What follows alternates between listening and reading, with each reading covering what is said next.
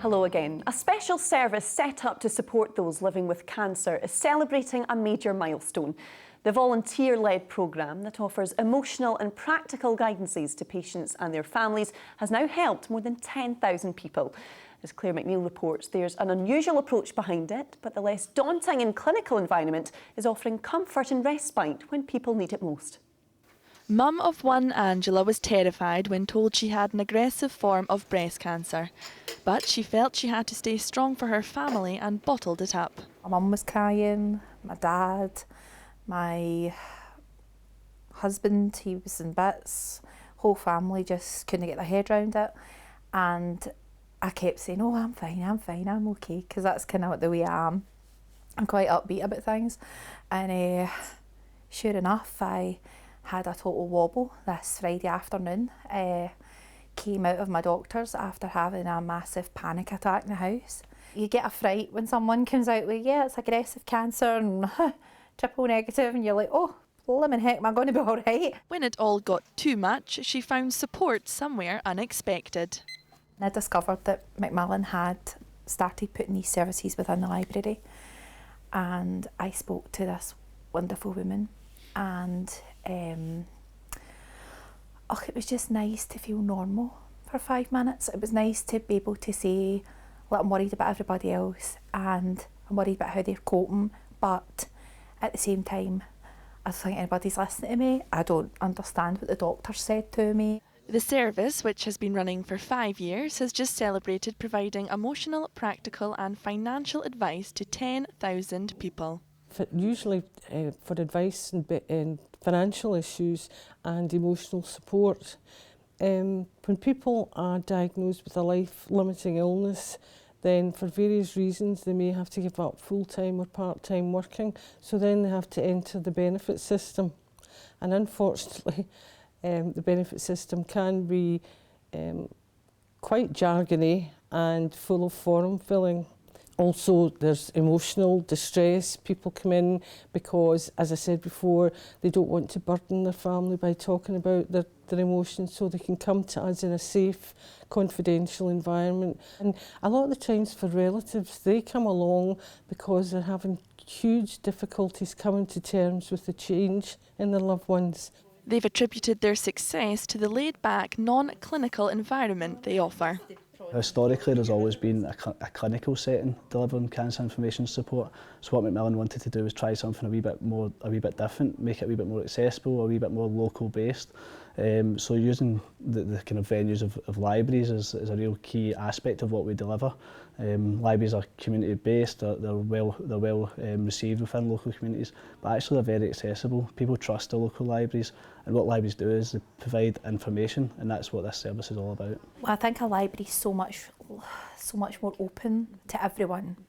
It's less clinical, because let's face it, nobody likes going to hospital. I mean, as much as the Beatson is an amazing hospital, and Clinic P up at the Victoria have been really good to me, I don't want to go and sit there all the time, I just don't. But when you walk into the library, you have a bit of time to yourself, and it's a breather. Because the library's quiet, it's a very calming situation, so it's a bit less traumatic, shall we say, than going and sitting in the hospital. The message is that no one should have to suffer through the illness alone. Claire McNeil, STV News. Well, joining me is Craig, who we met there in Claire's story, and Alicia, who's a volunteer and services officer. Good to see you both. Thank you for joining me in the studio tonight. Thanks for having us. Craig, coming to you first of all, let's go back to 2012 when this project was set up. What was the thinking behind it? Why libraries? Yeah, it actually goes back a wee bit further than 2012. It was probably around 2005, 2006. There was a big piece of research delivered in Glasgow, which kind of confirmed what people already knew in terms of this growing need and demand for emotional, financial and practical support services. So what happened was actually set up a bit of a pilot service out in Easterhouse in 2009, which simply did, as it said in the tin, what we did was start inviting people in to access information and emotional support through a simple listening ear service based in the library. So that pilot was very, very successful, and what Macmillan wanted to do is just roll that out on a kind of wider scale across the full city. So that's when we were formally launched in 2012. Fantastic. So tell us a little bit about the nuts and bolts. How does it all work? Okay, well, generally speaking, we quite simply open a non-appointment basis service within each 33 libraries in Glasgow. So we've got a service in every single library, so every single person is at very most within 1 mile of the local service. And what we do is we've got a number of those libraries that have got a drop-in service where we invite anybody at all affected by cancer just to come in and talk to us, have a cup of coffee and tell us what's worrying you. And from there we refer on to a whole host of different services across the city. One of our main services that we offer is in partnership with an organisation called Cancer Support Scotland.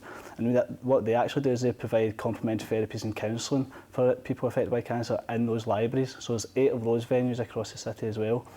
So really what we're asking people to do is come into a local library and find out what's available. There's a huge amount of services.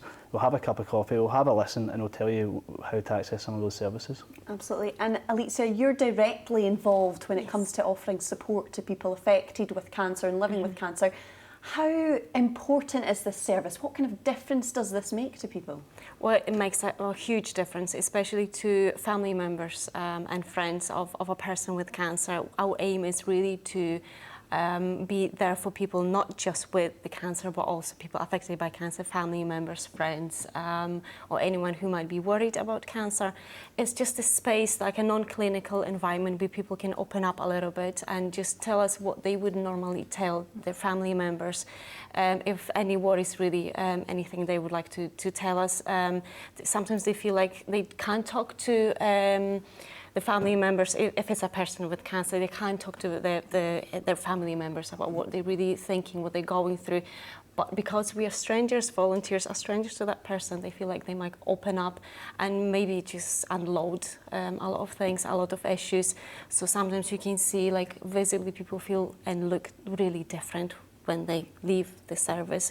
So it's basically just being there if someone really needs to talk to us, and if they really need to talk to someone and they haven't spoken to someone in a while, and are very like a kind of relaxed, non-clinical environment when they don't really need to see a doctor. Because people spend with cancer so much time in hospitals, and it's not a natural place where people can relax, is it, Craig?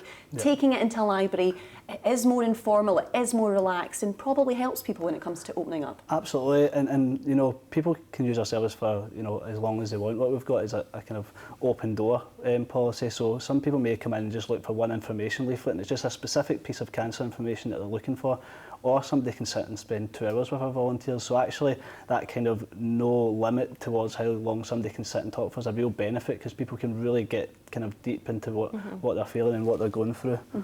Absolutely. And you know, you say families use the service. Is it just in Glasgow, or are we seeing that elsewhere? Is it available to other people? Well, the service actually, the model itself has been replicated right across the full country, and there's a number of local authorities already delivering upon the service, and Macmillan's ambition is to make sure that actually wherever you are in Glasgow that there's these types of services available. What I would say is the best place to find out is just to go into the Macmillan website. There's a section on there that will tell you where your local service is wherever you are in the country.